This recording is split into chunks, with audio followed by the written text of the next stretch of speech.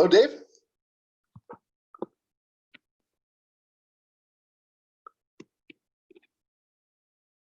Hello, hello.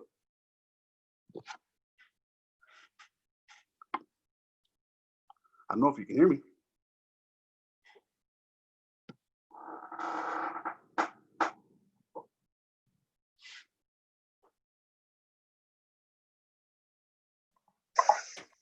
Hey, can you hear me?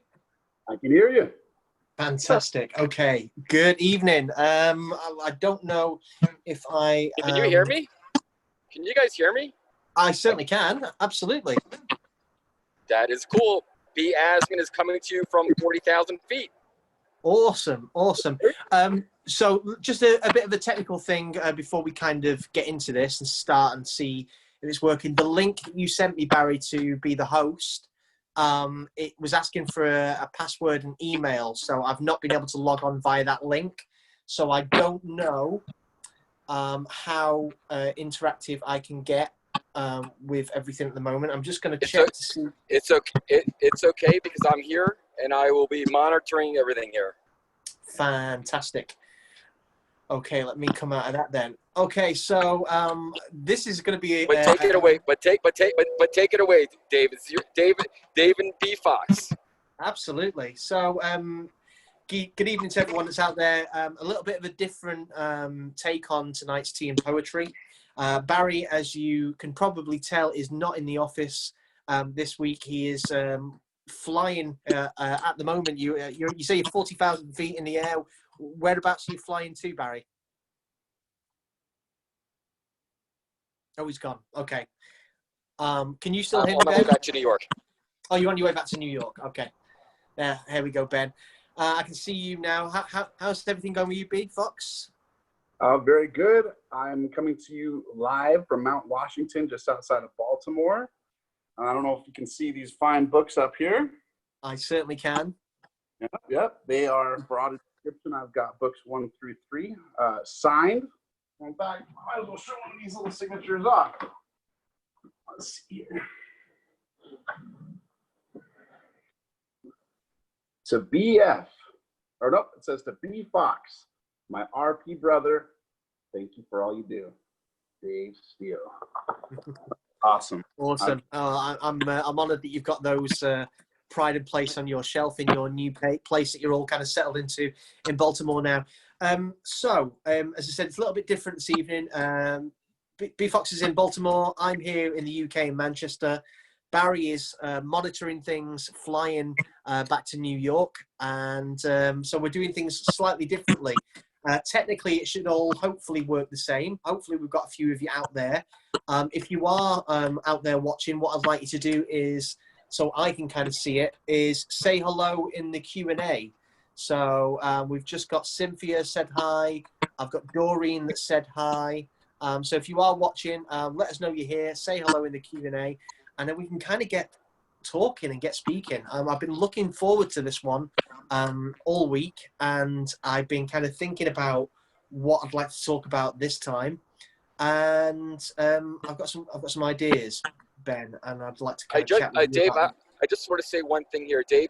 I am going to keep myself on mute, but as everyone knows that if you want to join the conversation, you need to raise your hand. So when you raise your hand at the right time, I'm going to bring you in. So just want to give everyone a heads up. So please, at the right time, when Dave says it's time to raise your hand, please do not be shy, and we will bring you into the conversation. Awesome. So here in the UK, it is absolutely roasting. We're going through a bit of a heat wave at the moment. It's currently sat in the 30-degree, which in your kind of temperatures, you know, what, in the 80s, which is very hot for here. I am literally dripping sat here, and I've been like that pretty much all day. And I know I take it, Ben, it's pretty hot where you are as well. You see me sweating? It is. I can't see. You are sweating. Yep. Yep. Hot in here. You're kind of more used to it. The nights have been a bit sticky and stuff like that. So yeah, if you'd like to get interactive, we'd like to get you on and chat to everyone that's out there and say hello. Some of our regulars hopefully will come on and say hi. And if you've got anyone, or if there's anyone out there that's new on the call, please make sure you come on and say hi as well. So this week, there's something I really, really want to touch on. Now, we've spoke about my kind of story before, and to those of you that have been tuning into these things for a while, you know, a lot of you'll know how I became to be known as the blind poet, where the poetry started from. But there's a lot of people out there that don't know the story, so I'm going to kind of touch up on that tonight. And the reason why I want to touch on that tonight is because when I started writing the poetry, which I'll go backwards and get to shortly, but when I started writing the poetry near on just over 5 years ago now, one thing that I promised, and I'm sure there's a lot of people out there, including yourself, B Fox, that can kind of testify to this, is that I promised that I would always try and be as open and as honest as possible with the things that I was writing about, that I would share every single day, the good and the bad, in the hope that it will connect with people out there and make them feel like they're less alone, and make them feel like they're not going crazy for feeling some of the things that we feel on this journey of going blind, losing sight, living with low vision, living with blindness, and all these kind of challenges that we face. Now, with the current situation with COVID-19 and the pandemic and all the restrictions that are in place, you know, all over the world, from country to country, we're all kind of feeling the isolation a little bit and how things have changed with social distancing. It's all the more important that we kind of talk and communicate and talk about our feelings and understand that a lot of us are going through the same thing. Now, the last few days, I've taken a bit of a step backwards. Okay today, but yesterday I had a bad eye day, really bad eye day, and the day before that, really bad eye day. My anxiety was through the roof, my depression was taking a hold, and it was affecting things with my nearest and dearest, my loved ones, and my ability to kind of look at things. But what I always try and do is when I have these days like this, I always try and write about them and share them with other people and talk about it, and also try and take a step back and realize that these feelings are perfectly normal and natural, especially with the way things are at the moment, and that they don't last. And today, you know, I've been kind of feeling a lot better today. Went out with the family this afternoon. We went out to a restaurant, grabbed some lunch. I've been kind of working out today. I'm just about to start a thing tomorrow, which I'm going to talk about in a second as well, which I'm excited to kind of tell you about. But what I wanted to say was, I think, you know, in times like these where we all kind of feel a little bit isolated, it's really important to have something for us to focus on. And whether that be a hobby, whether that be, you know, something, a goal, something you want to achieve, or, you know, some piece of work you're doing, something you're passionate about. For me, it's these kind of meetings, it's the poetry, it's connecting with people like yourselves that are out there. That is the thing that drives me on, as well as kind of keeping fit as well. I've took this whole thing of, you know, the early days of lockdown. A lot of you all know out there, I had a lot of the symptoms of COVID-19. I was struggling to breathe. I had the persistent cough, tightness in chest, and was ill for about 8 weeks with it. But here in the UK, we weren't testing at the time. And when I got myself better, I wanted to get back to my fitness routine and of lifting weights and working out every day with a vengeance. And I've thrown myself into this routine of training every day. It's my birthday on the 21st of August, not long away, not this Friday, the Friday after. And I set myself a goal of I wanted to be in great shape by the time I'm 45. Set that goal a while ago. And also I know how much my vision is affected by my health as well. So I also wanted to train and eat right and work out to kind of combat the dip in vision that I'm having at the moment, because I'm losing sight quite dramatically. The change at the moment, I've been bumping into a lot of things and really, really struggling to see. And so before I kind of get back into my backstory, I want to share with you, I always try and open these things with a poem. So I wrote a poem the other day. I wasn't originally going to share it. I sent it to my wife first of all as a kind of explanation on things. I sent it via text, and then afterwards I decided I wanted to share it with everyone else to see how they could relate. Some of you may have seen this posted, but a lot of people who commented on it felt like they could relate. So I want to use this as a talking point to start off with, and I really want other people to come in and say how they feel. Okay, so this is pretty much as raw as it gets. So listen to this one. It goes like this. Feeling isolated when I'm home and anxious when I'm out. I'm lost within these COVID days. I'm drowning in the doubts. And all the while the picture fades, farewell to all I see. A prisoner to my vision loss and disability. These thoughts are felt by many on the days when we feel low. It's vital that we talk when we have nowhere left to go. These poems are an outlet for the times I'm feeling weak. I write these words, hope to be heard, hope that others like me speak. We push the ones we love away when we need them to be the beach that we rely on when we need some clarity. I'm sure that you can be my cure. I know I can be yours too. In years to come, when this is one, still be holding hands with you. Ben, I'll bring you in first. The thing that caught me right there is I had a talk with my friend Yoni today about, he's so courteous. He's working with us over here at LA Lighthouse, and he's a producer from LA. Mm-hmm. And I never want to ask him for favors. Mm-hmm. And he goes, why don't you tell me you need this or that done? I could have done that for you 6 different times. And I said to him, I've really fallen out of the habit of asking people for help, and especially people I really care about and stuff, because it's like, I feel sometimes myself, and this is wrong, that maybe I'm a burden. And it's a word that's often used, isn't it? I know that we should talk about that. Mm-hmm. I mean, and the line that you said that stuck out to me is, I push people away I love when I need them most. Yep. I think it's something that we're all kind of guilty of. What can you tell me about that line from your words? I think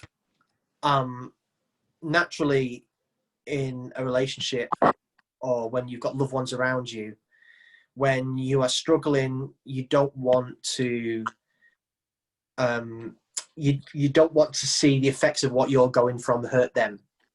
It's quite natural for the pain that you're feeling and the things that you're going through and the worry that you've got and the stress that you're under, for them to be affected by it. And it's also natural for them to feel that way, because at the end of the day, you're a person they love, and they're going to watch you intently, and they're going to feel everything that you're feeling in a different way to what we're going through, because they can't see through our eyes.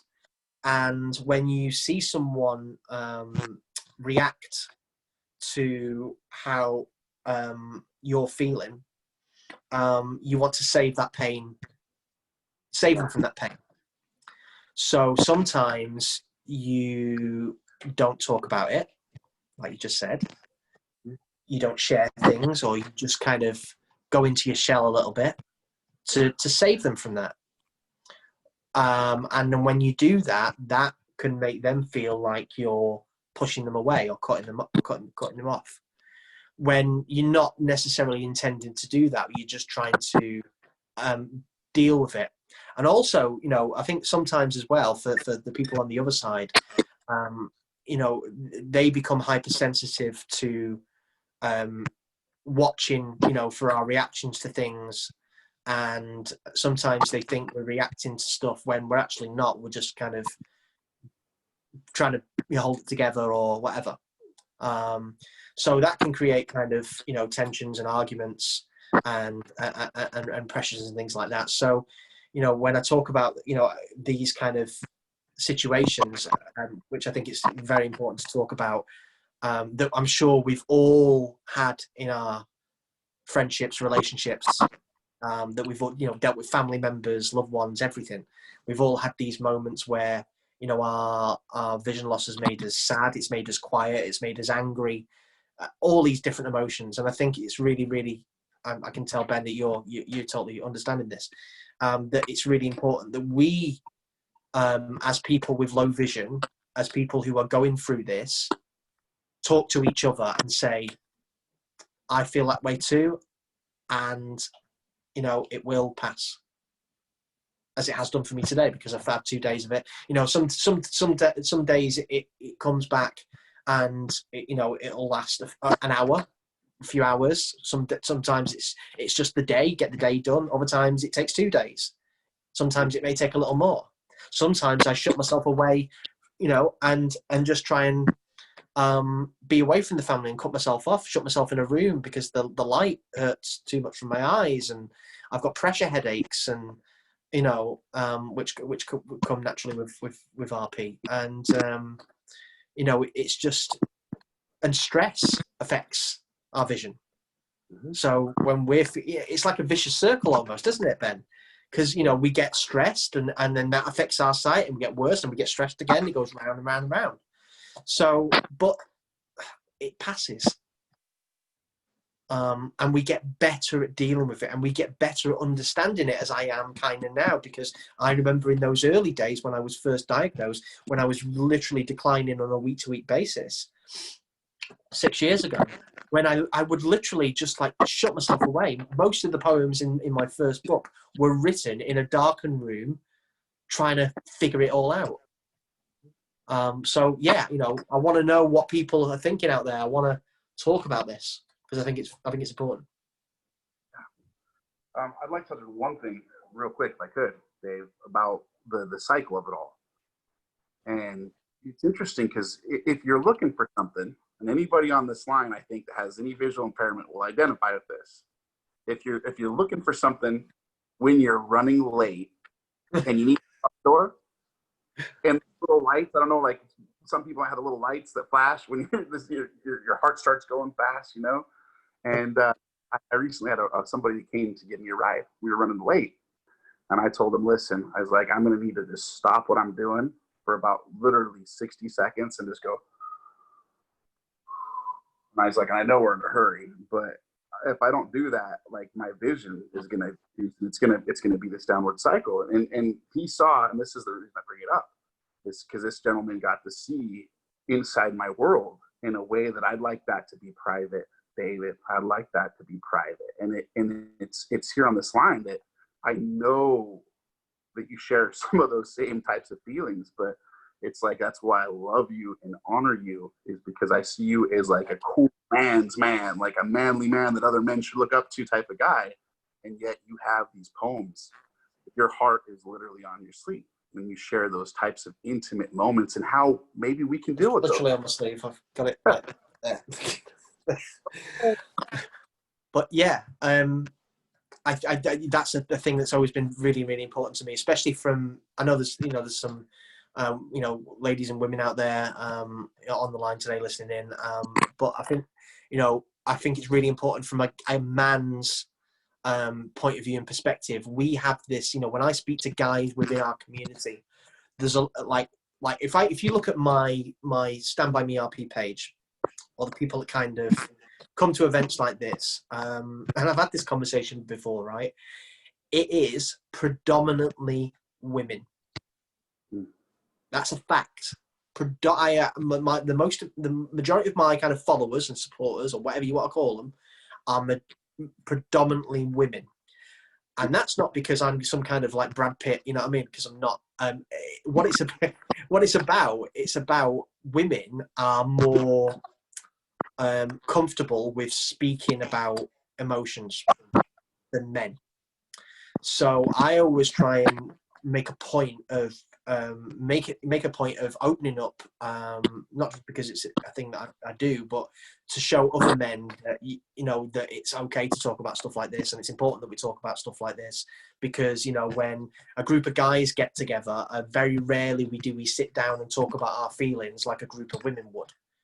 Right. And I think for people with disability and people with low vision, who are going through a lot of these emotions, stuff like, you're talking about day-to-day situations, like in a relationship where, for example, when I'm out having afternoon, a lunch today with a family, and we need to, you know, we're hurrying somewhere and we need to do something quick, or we need to pop into a shop or whatever. Because of the way my vision is going from light to dark places, I'll like rely on Amy guiding me through restaurants, you know, if I'm not using my cane, or, you know, Amy going into the shop because, or while I'm stood outside because of social distancing.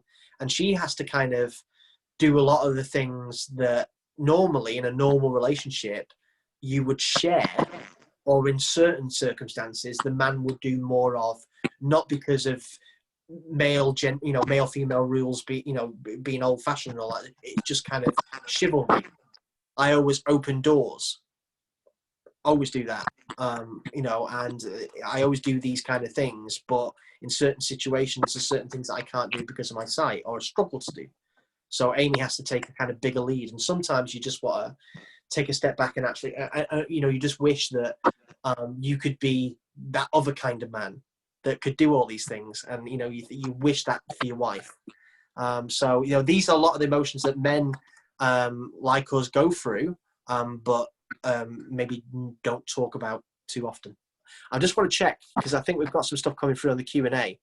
Let me just see. Lots of people saying hi, which is great.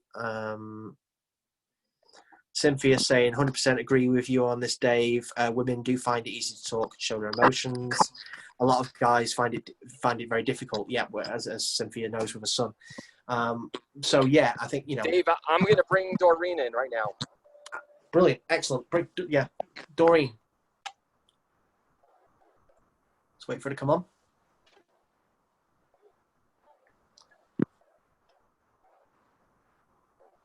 Are you there, Doreen? I'm going to say that my grandmother's name is Doreen. I was about to tell you something about my grandmother. I'm going to tell you real quick. Oh, wow.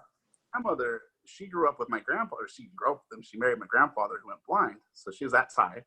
And she had, blind. She also grew up with horrible arthritis. Sometimes she was a child to where she was in constant physical pain and every day. And I couldn't comprehend what that meant when I was a kid. But as I grew older, I gained this respect for my grandma. And here's what she told me that's relevant for work. She said, son, every day that I go out, because she put on a smile for people, and she'd really prepare for the day and for people. And when she met people, she met art intentionally because she had to overcome pain first. It made her so thoughtful for the rest of her day. And I asked her, it's such time for people you meet and you interact with, and just even people that you interact on the phone and things. And she says, I'm grateful for their time, and it gives me a reason. And she's like, and I know that I mean it from my heart, because it's like, when I'm in pain, I have to make a choice. And she's like, and I'm grateful for that ability. It just taught me something. But she also said, and then whenever you meet other people, she says, that have to go through something before they start their day, like vision loss, pressure headaches, before you even leave the door. She's like, it's kind of like you put on equipment and some armor emotionally and mentally. She's like, I just hope you remember this later. And she's like, it might come in handy. She must have known I was going to go blind one day, but I just wanted to share that with you and honor everybody. It takes a little It's an important lesson. Doreen, are you there? Yes, I'm here. Can you hear me? Yeah, how you doing, Doreen? You okay? I'm great. It's hot here too in Rhode Island. Uh-huh. It's brutal. But a couple of things. When you started, it's true. It's like a snowball. You have a bad eye day, and then you push people away, and then the anxiety kicks in, and then you don't know what to do with all this stuff. And it's true about being a male, because as a client coordinator at Insight, which is for the blind and visually impaired, it's like pulling teeth to get the men to talk. The women, you know, they have you on the phone for like a half an hour. And the other part is true. When we go to restaurants, my husband being the gentleman, he wants me to go first, but I can't because I can't see in the restaurant. So I said, you have to go first. I got to hold on to you. Absolutely. So we live on a busy street, and this morning we were crossing the street, And he's like, are you paying attention? Are you holding on? I said, yes. He said, well, hold on. And you have to laugh about it sometimes because or else you just sit there and cry. But I'm halfway across the street. He goes, why are you stopping? I go, I don't know. He goes, well, why are you looking? That's what I'm here for. I said, I don't know. And it's like, it's challenging. And I totally agree with you. Men do not speak. And if they do, it's nothing about their vision. And it's hard for them to talk. But once I think the opener to the conversation is when I say to them, I also am visually impaired. Then they open up because then they figure I'm just not. Believe me, all the sighted workers at Insight are awesome, but I think they relate better to someone that is visually impaired or blind. I think it's something that I really kind of noticed when I was out there in October, November on the book tour. And, when I came to Rhode Island and did my talks and everywhere else I went, I had this real thing, and I'm sure Barry out there who's listening in can kind of confirm this as well, is it was such an overwhelming response from the guys in the room. I noticed that, there was a lot of guys who'd maybe been to things before, where they heard people speak or, events and stuff. But there was something about, when I went and talked and read the poetry, that I was getting guys. And the first one we did, in fact, was the first event of the tour was in Lancaster, Pennsylvania, for a charity, and I can't remember the name of the charity now. Forgive me for that. My mind's gone blank. I'm sure Barry will let me know what the name of the charity was. And the room was quite, I'd say it was an elderly room.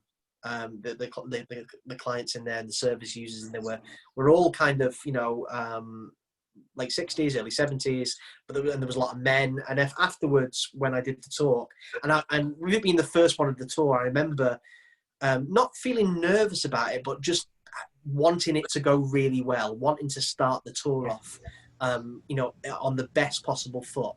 And it was obviously it was Barry's first time seeing me speak live as well. Oh, and wow. When we finished, there was guys in the room coming up to me, hugging me in tears. Mm-hmm. Yeah, bro. And I think we had something similar in Rhode Island as well with people. And it was just, for me, it's overwhelming getting that response. But, I take great pride in, as Ben said, opening up and showing other people and, and guys in particular that it's okay to kind of talk about these things. And Ben, on your note, it is so difficult talking to your family. It is so hard to, because my daughter will tell me that my husband called up and she said he's all upset and he feels bad about your eyes and he's crying. It's like, but he won't come to me and express it. And sometimes I push him away and say, I'm fine when I'm not. And I know I shouldn't do that, but you don't want them to worry.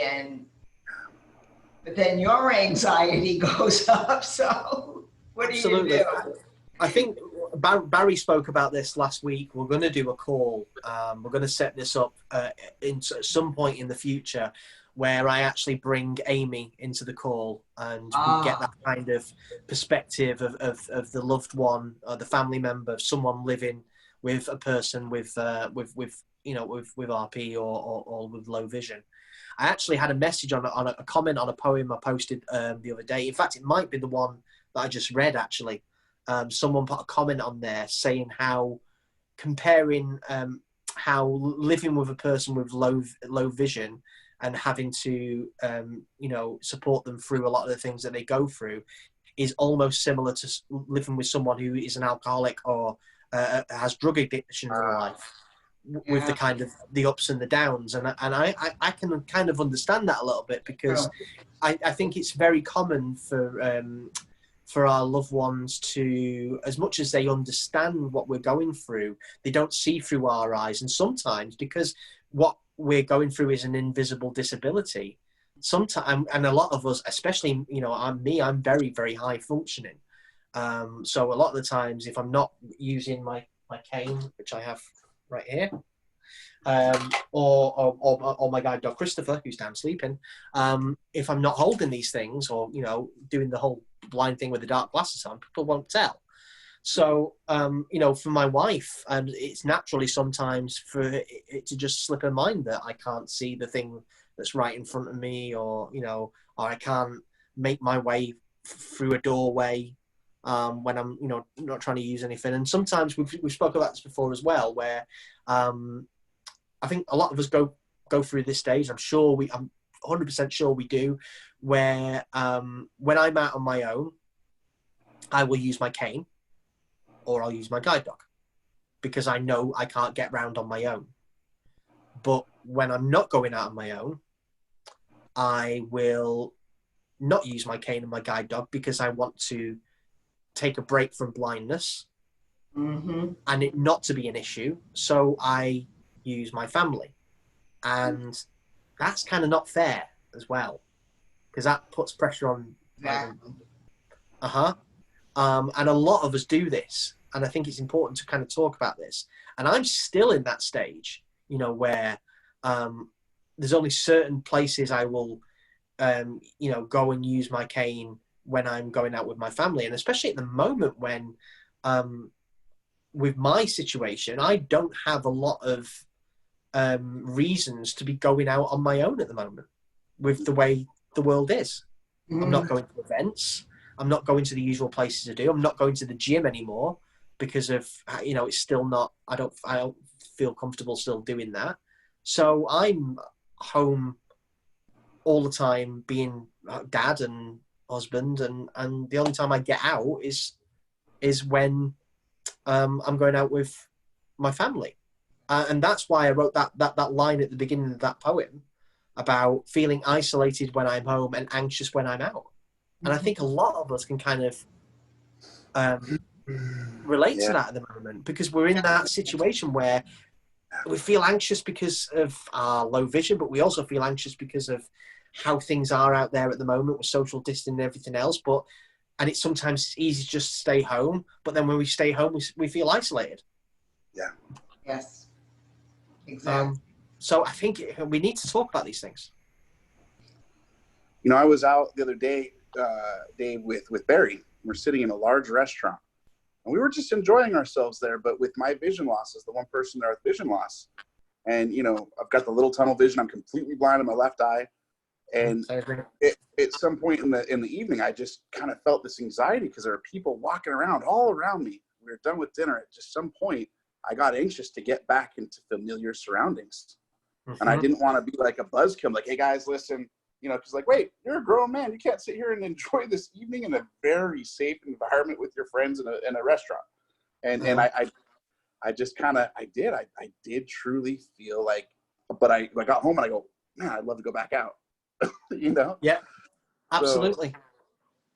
So, yeah. Wow. You know, it's like you want to get out and you're like, well, but where do we go at the moment? Or, you know, where's the environment where, you know, I miss traveling, I miss being out there, you know, coming to you guys, and that helps my confidence and everything else. So, you know, getting back to what I was talking about in the beginning of the call, I think it's extra important that we all have something to focus on, whether that be a hobby, whether that be a goal, a project. You've got lots of projects you're working on at the moment. I've always got lots of projects. Fitness, you know, helps as well. So that's why I'm doing this thing. I'm actually, this is going to shock a few people. Starting from today, I'm actually going on a 3-day fast. Really? I'm not going to be eating for 3 days. I've been doing some kind of research into it and what it actually does to your body not eating for 3 days. And you get to a certain period where your body starts to actually repair itself. Really? And it helps with obviously it helps with losing weight, but it also helps with stress. It helps with your metabolism and your immune system, and it helps with you know, a lot of things that affecting pressure in the eyes and things like that.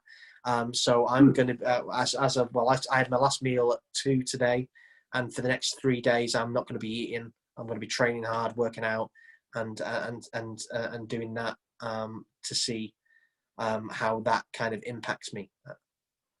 I'm looking forward to hearing about that. Yeah, I don't, Dave, I just want to let you know I just brought Jay into the mix here, so I'm unmuting him right now. who's there? Sorry, Jay. Jay, yes. Hold on one second. I'll bring him in. I Jay, love you having there? Barry do that. What's that? Sorry. I said, I love that Barry does that. I was so Yeah. nervous today. If I was going to be in charge of bringing people in, I was like, uh-oh. No, don't worry. I had plan B and everything in the mix, so everything's fine. But and I'm glad we're doing this at the moment, and I'm really loving this kind of topic as well. I think it's really important that we have these conversations. I just want to check the chat again while we're waiting for Jay. Are you there, Jay? Yeah. What are you saying? Hey, Jay, Oh, yeah, what are you saying? are you there, Dave? I am. Sorry. Yeah, I was just checking the chat there. How are you doing this week? What's going on in your world? Nothing really. Just been relaxing. Been out for some food. Quite good, actually. Just Awesome. chilling. Was it listening to the call tonight? Was there anything that you wanted to kind of add or contribute? Yeah, what are you doing a fast for? Are you mad? Maybe. I don't know. On a dot, yeah. No, yeah, you're not gonna. I'm certainly not gonna die from it. But the benefits of actually doing it, from what I've looked into, are actually kind of positive. So I want to give it a try, and it, there's a lot of kind of religions that do it on a for religious reasons on a regular basis.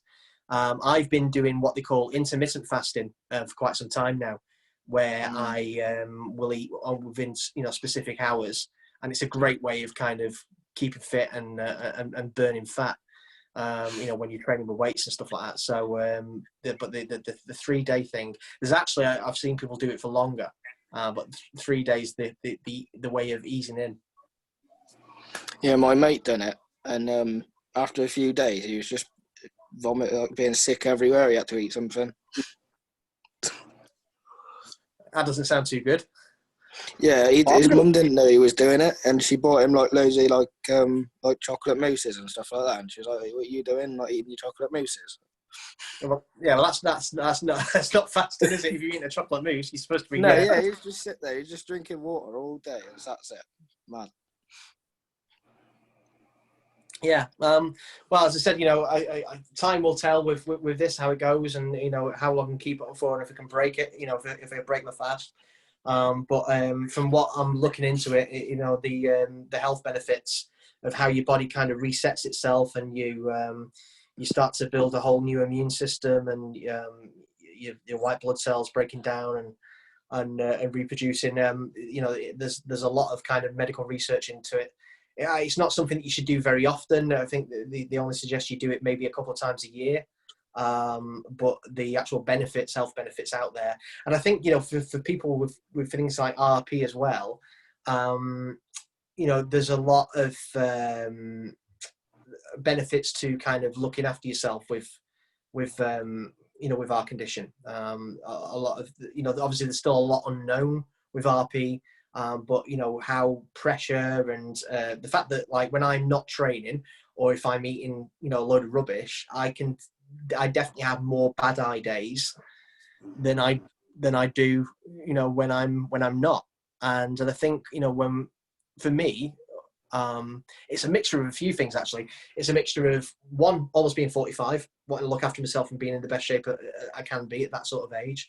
2, having a little bit of vision left and wanting to cling on to it as much as possible and doing everything I can to do so. And 3, you know, having something to kind of focus on to kind of, you know, keep my mind occupied in these sort of days as well.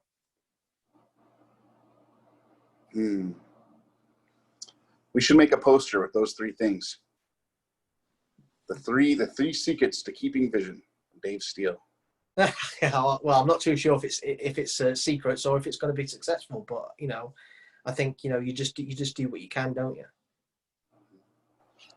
Dave, I just want to let you know that Philip is coming in. Philip is coming in. Oh, excellent. Yeah, next week's going to be interesting hearing the results of this, Dave. Are you gonna do Facebook updates throughout the week over the 3 days? I think so. Yeah, I think so. You know, I'll maybe put a post out. I wasn't, you know, I thought about like talking about it, but I think I thought I wanted this to be the first place I kind of, you know, spoke about it, and I'll maybe put a post out tomorrow when it, you know, officially starts. I'm one of these people, because I used to work in entertainment and used to work a lot of late nights. I've always been a kind of late night eater. And never been a kind of, I'm never one of these people who's had to get up and eat first thing in the morning. I could quite comfortably go most of the day without eating, and that kind of suits, you know, when I do the intermittent fasting thing of I generally get up, not have any breakfast, train on an empty stomach. So when I'm training, that I'm not you know, I'm immediately burning off fat and not into the reserves that I've got in my stomach. Mm-hmm. So it's, there's a lot of I thought my mind's gone blank now. There's been a lot of studies gone into kind of training on empty stomachs and the benefits of it, and it's something that's worked for me with the way I kind of eat anyway. And then I'll generally start eating around about 2-3 o'clock, and then finish at like 7-8 o'clock at night, and then that's it till the following day. So that's always kind of suited me. So, and it's certainly something that's really worked for me as well. But the key has always been kind of consistency as well. So yeah, you know, I think it's going to be something that's interesting to do. I'm also going to be doing some kind of exercise-based thing for charity soon as well, but I'm not going to reveal the details of that. In fact, actually, my friend, a good friend of ours, Rebecca Alexander, if anyone follows her, she put on a post today, which I shared on the Stand By Me RP page, talking about how her love of fitness has gotten her through these kind of COVID days, because of not only the fitness aspect, but of the mental health aspect of exercise and what that does for you. Yeah, So I'm back.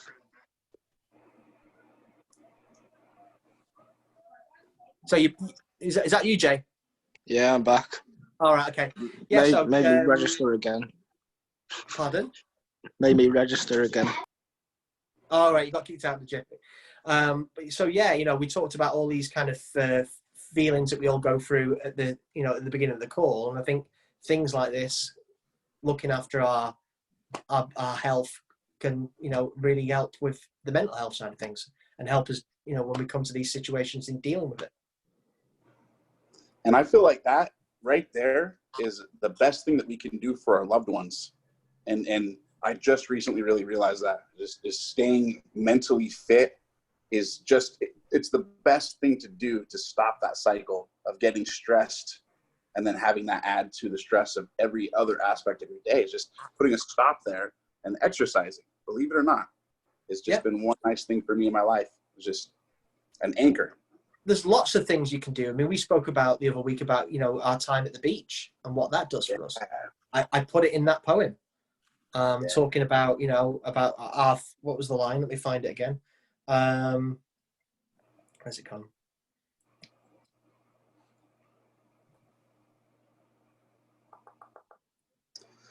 Did you get some sun recently, Dave? Or my eyes It's been very hot. Here we go. We push the ones we love away when we need them to be the beach that we rely on when we need some clarity. That just says it.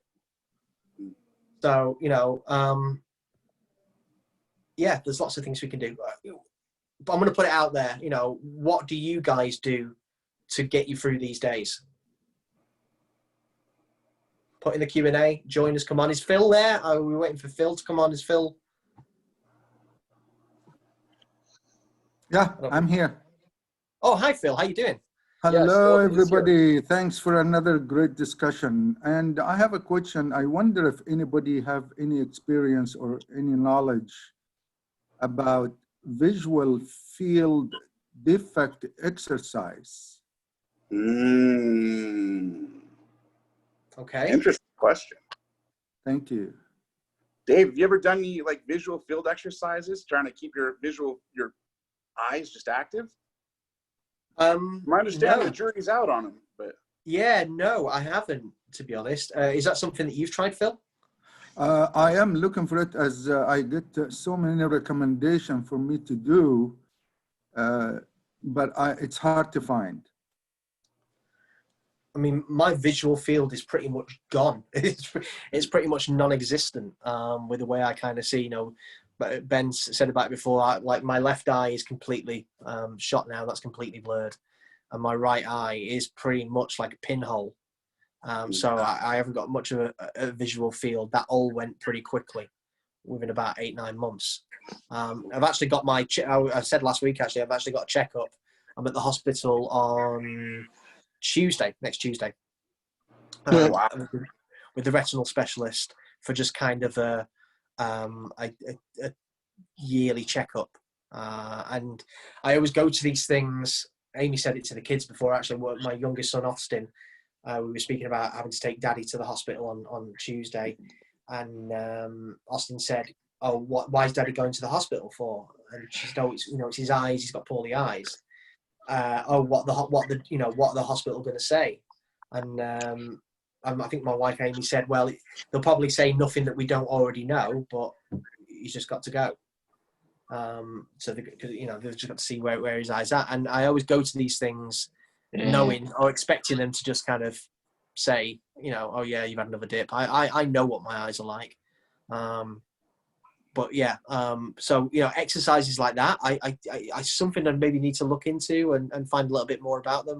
I mean, can you tell us a bit more, Phil? What you've about with the vision left? They said it's kind of scanning, and an exercise helped me scanning on what is lost. It's not easy to explain, but it's basically scan what I have, the vision left, to be able to scan what I don't have, what I don't see. Yeah, so it's okay, a certain exercise, which is I'm still like different people, different professionals. Yeah. They've been talking about it to me, but finding it is very difficult. Well, Philip, yeah. I can tell you. Oh, sorry, go ahead, Dave. No, go on. I was just going to say, you'll remember the computer console, the Nintendo Wii. Oh yeah. Well, when they first came out, they had like a brain training kind of game on there. Oh yeah, I had that one. And I think these exercises are something similar, but for the eyes. Where I think the concept is that if we do basic certain exercises, that it will kind of maintain what we've got a little bit more, or just Exactly. Yes, actually, they mentioned that word, training the brain. You're right. So I've tried doing some of those, and I gotta tell you, like if you study the placebo effect, you'll realize that and especially when it's negligible differences, and especially when you're wanting your vision to stay strong. So I can't tell you if it's helped me, but I'd like to believe it is, and I keep it up. I do regular little exercises where I literally keep track of like where my blind spots begin, and I like to move my hand. If nothing else, I do this every day. I just trace around where my blind spots are, and I also have some computer programs that I look at that have flashing lights in different places and tracing things with my eyes. Yeah, I like to think it helps. How did you find out about it, or how can I find out more about it? You know what? Let me get your email address from Barry, if that's okay, and I'll send you an email about some of the different stuff that I do. Great. But like thanks. I said, I can't prove it helps, and a lot of people say it doesn't help at all. Yes, I understand. I will not hold you. It's good I like to do try. it. If it helps, wouldn't that be something? Yeah. I never tried anything like that. So Jay, can you just kind of talk to us about, have you got RP, or what's your Yeah, I've got low vision down RP. to? So I first diagnosed was about 4. I was like quite clumsy as a child, but that's all they thought it was. So I was just tripping over everything. I had massive eggs on my head when I come home from the nursery. So I went to hospital and they were like, "Oh yeah, you got this RP." Well, they said to my mum anyway. So then it was just, I didn't understand till I was about 11, and my sight went completely in one of my eyes.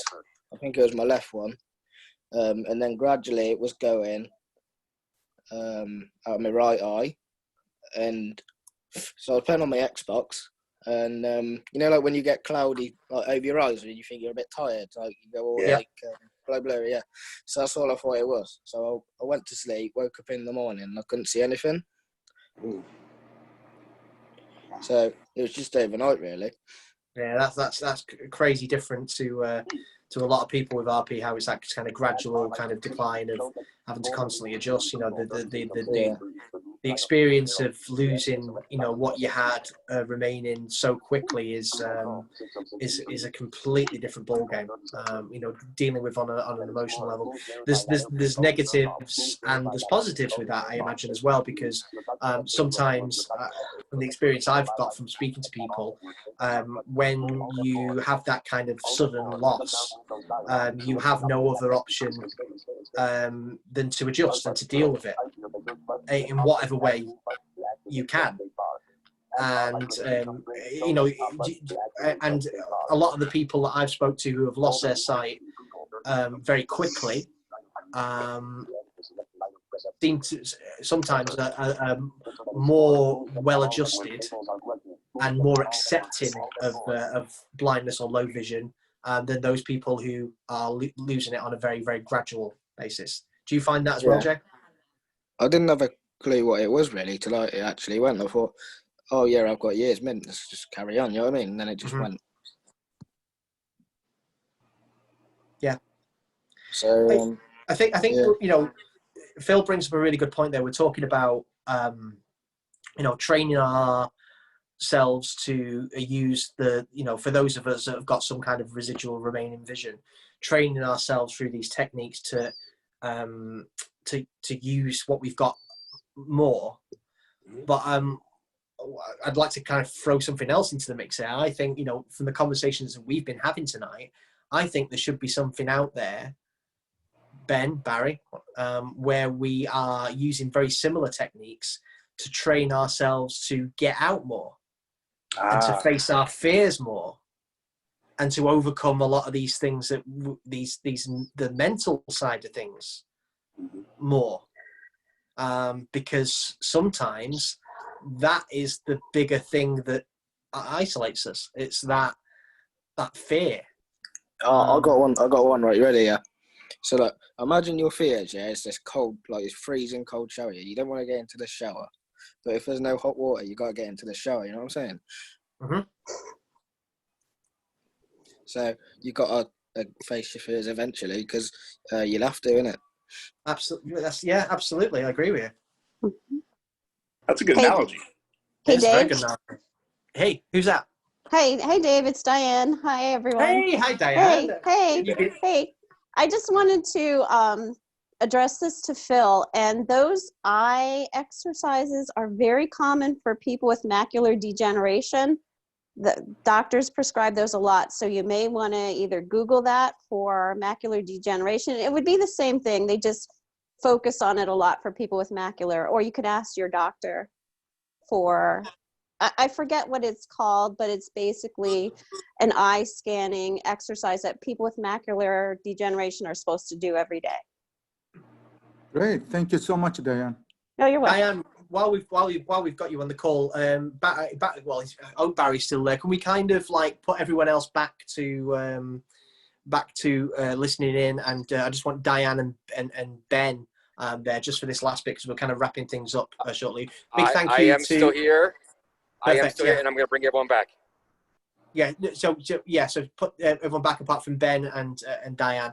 And once again, just want to say a massive thank you to Jay and to Phil and to Doreen and everyone else that's kind of joined on the call tonight. We've had more talk than poetry tonight, so I will finish on a poem. But before we do that, we've got Diane on the call. Your thoughts listening in tonight? What you've been thinking listening in? Wow, a lot of thoughts. There's a lot of good. Yeah. A lot of good stuff tonight. I don't even know where to start. Well, you had mentioned that it's difficult for you as the man because your wife has to fill in for certain things. And what I thought of is it's difficult for me being visually impaired with my sighted kids because there's things I'm supposed to do as the mom, as the grown-up, that I can't. That I have Absolutely. to have them do. Yep. And that is upsetting and anxiety provoking for me. Yeah, I'm so glad you said that. 100%. Yeah. As a parent, that is something that we do experience, and once again, I think it's vital that we talk about these things, and it's quite often that we don't. I'm a member a lot, as I'm sure you guys are, a lot of these kind of support pages and everything else, and I don't hear these conversations going on enough. You're absolutely right. Yeah. It's quite often that I'll talk about something in a piece of poetry, or we'll talk about stuff on these calls, and people out there listening will say, I didn't realize that there was other people going through these things, or oh yeah, I go through that as well, or I experience that, I feel that, but it's not something that they talk about very often. There's too many sides to things that we experience that we don't talk about.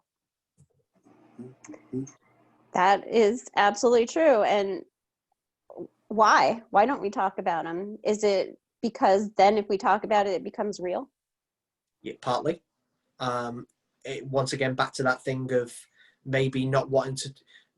Well, how many times do we as a community, apart from us in this rare kind of situation that we're in, but for the majority of people out there experiencing low vision or blindness or whatever you want to call it, there's so many people out there who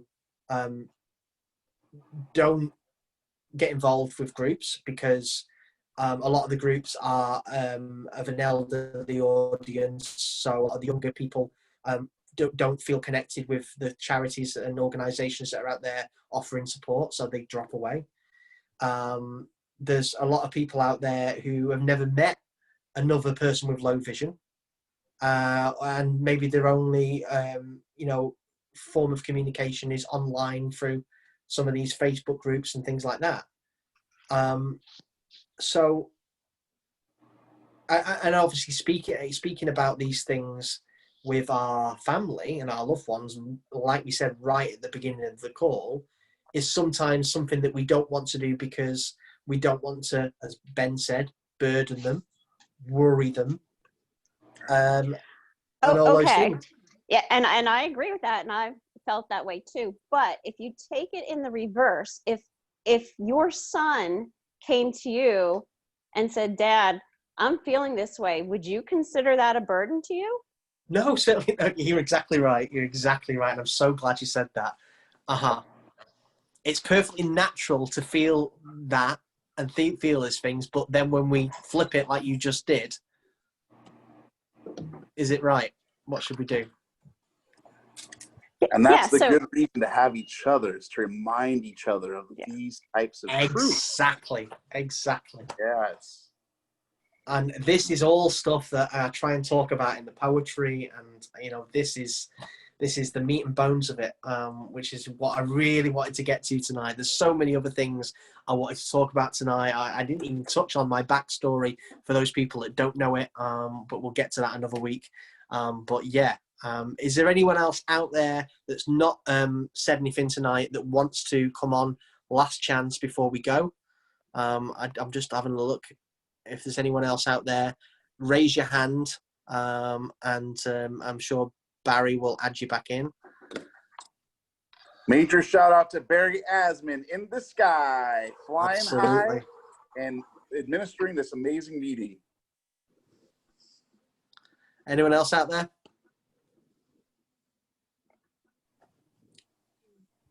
Just checking now. Yeah, Phil is coming back. Phil's coming back. That's good. Okay. Yeah, the discussion about burdening people and the wonderful example she said, if the sun come back to you, I think it's depend on the personality. There is some people which I don't know, and you just once you meet with them, they are willing to listen, they are willing to be very compassionate, they're willing to support.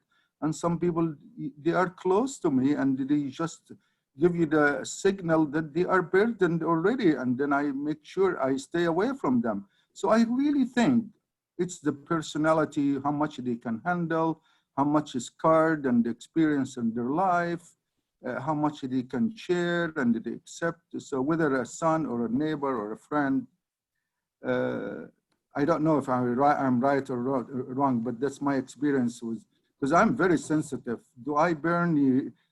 Like, am I, like, my story going to burn you or not? Uh-huh. You're exactly right, because some people, you could tell right away if they consider you a burden when you didn't even say anything to them except hi.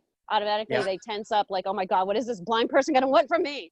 You know, so you can tell. It just happened last night. I sat with somebody I met over a Zoom group about 4 months ago, and we with social distancing, we met, and she gave me 2.5 hours, and she was just sharing and giving me keys. She wanted to listen about all my story, and more important, she wanted to listen about the painful story. And I'm like, wow, you're an angel.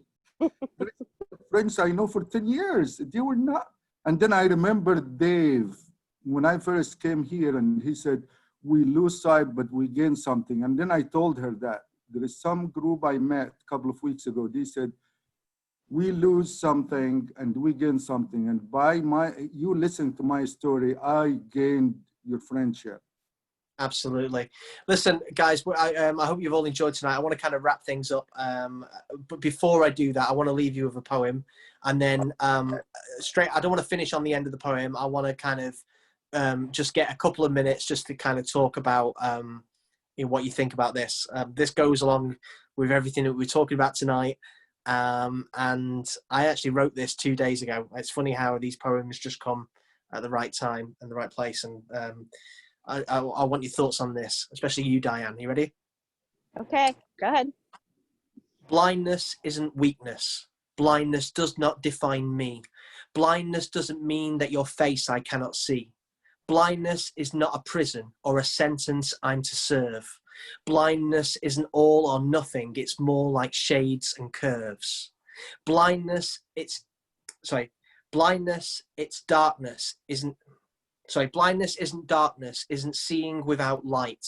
Blindness doesn't mean that for my pride I need to fight. Blindness ain't a reason that I can't raise my children well. Blindness will not make me hide like tortoise in a shell. Blindness is a challenge that I'm grateful to have faced. Blindness is a life that's far too precious now to waste. Blindness can be anything I choose it now to be. Blindness taught me how to make the best version of me. That's absolutely true. It takes people a while to get there, but that's true. Absolutely. Guys, I just want to say a big, massive thank you for everyone that's been listening in tonight, everyone that's attended. We will be back to normal next week. Barry will be on the land and back in the office, I believe, hopefully. God willing. Yeah, absolutely. If not, I'm sure we can do this again anytime. It's been fantastic. I really loved the topic of conversation tonight and everyone's kind of input. But hope you all have a wonderful week. Thank you once again, and big things coming soon. B-Fox. Right. Big announcements coming soon. Absolutely. And cheeseburger in your honor. What's that? Sorry. I'm gonna eat a cheeseburger in your honor. I will be posting and let you know how it goes. I'm looking forward to hearing about that. Okay. Speak to you guys soon. Have a wonderful rest of the day and take care. Thank you, So everybody. long, everyone. Miss you guys. You well. Bye-bye.